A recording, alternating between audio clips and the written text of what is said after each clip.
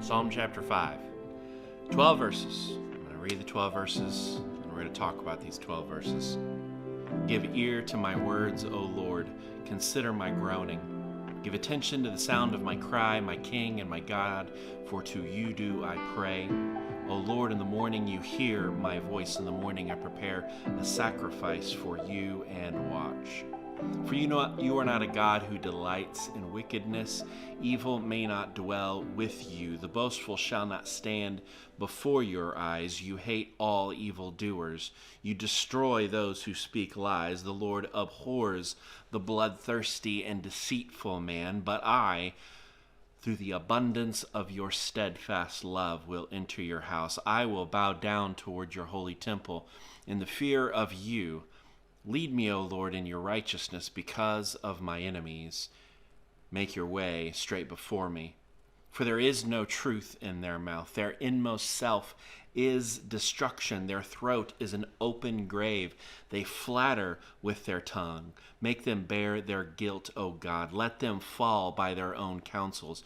Because of the abundance of their transgressions, cast them out, for they have rebelled against you. But let all who take refuge in you rejoice. Let them ever sing for joy, and spread your protection over them, that those who love your name may exult in you. For you bless the righteous, O Lord. You cover him with favor as with a shield. 3 voices I want you to think about that we see here in Psalm chapter 5. The voice of the wicked, the voice of the evildoer, your voice, my voice, and the voice of God himself.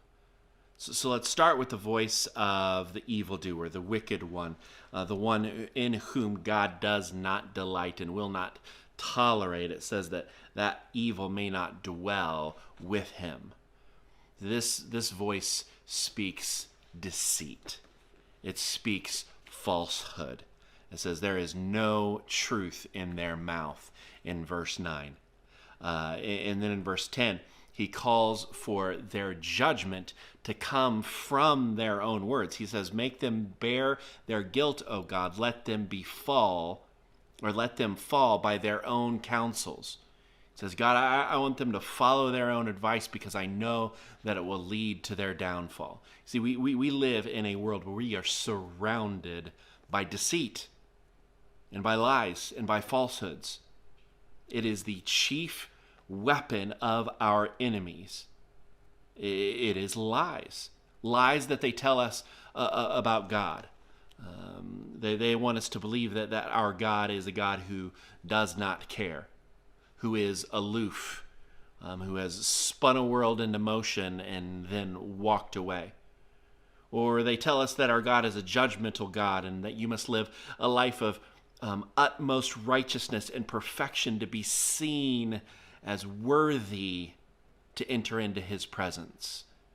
Or they tell us lies about ourselves.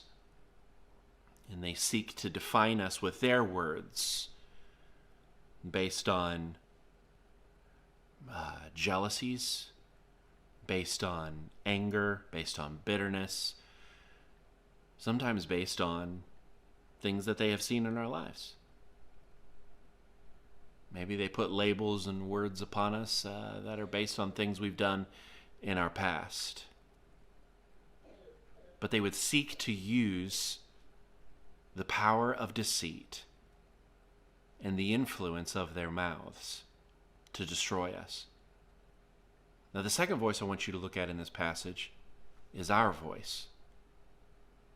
The voice that the writer demonstrates here. Verse 1, he says, give ear to my words, O Lord. Consider my groaning. Give attention to the sound of my cry, my King and my God, for to you do I pray. See, the writer of Psalms here, he could turn his words towards those wicked. He could turn those words towards those who are spinning falsehoods about him, about his God, and about who he is. But he says, no, I'm giving my words, my prayers, my groaning, my cries to my God. and to my King, because he is the one who hears me. It says, O Lord, in the morning you hear my voice. In the morning I prepare a sacrifice for you and watch. Talking about that morning sacrifice around 9 o'clock in the morning, that would open a day of worship in the city of Jerusalem. So he begins his day by preparing a sacrifice. We can think of just setting out from the outset of this day to say, God, today I place this day before you as a sacrifice of worship. And he sits and he waits and he watches to hear the voice of God respond. It says, in the morning I prepare a sacrifice for you and watch. And watch. It does not say how long, but would you be willing to join the psalmist in that watch, in the waiting for the voice of God? He says, but I, verse 7, through the abundance of your steadfast love, will enter your house. See, the voice of God is a voice that says, come. Come, ye all who are heavy and burdened, and I will give you rest. He says, come, knock, seek, and you will find, and the door will be opened to you. See, our God is a God who with his voice invites us into his presence. So the psalmist doesn't say, I made my way into the house of God. He says it was through the steadfast love of God. Let me, O Lord, lead me, O Lord, in your righteousness because of my enemies. Make your way straight before me. And so the psalmist asks for more of his voice, more of his wisdom. And so that is the voice of God here, is it not? The voice of God speaking this invitation to us, speaking words of wisdom for the path ahead. And I love how this psalm ends in chapter 5. It says, but let all who take refuge in you rejoice. So as again, back to our voice. All those, myself included, I hope you who have sought refuge in him from our own sin, from the deceit of the world, seeking refuge in his grace, let us sing for joy. And we ask God to spread his protection over them. And it ends by saying, you cover him with favor as with a shield to protect us against the weapons, against the attacks, the deceitfulness, the accusations of this world. Every day, I take my 5th grade son, my 3rd grade daughter to school, and I drop them off right on the steps of the school, and they run out of the car, and I say, I love you. I say, have a good day, and I'll see you when you're done. Same 3 things all the time, every time as they're going out, and they say the same thing back to me. And part of the reason I say I love you is because obviously I do love them and I want them to know that, but also because I know that when they step into school, they're going into a place where they're not always going to feel love.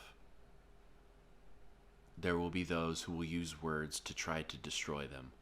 They will be called names. They will be made fun of. And so with just that last one moment before they go into the halls of their school, I seek with my love, with my words, to put this protection over them. That no matter what happens during the day, they have my love. And at the end of that day, I will be the one who's waiting when they come out the door with my love. I hope that it provides for them, whatever they might endure, some protection. I see our God speaking his invitation of steadfast love, speaking his wisdom for the world in which we live, speaking as the King, as the God of our refuge.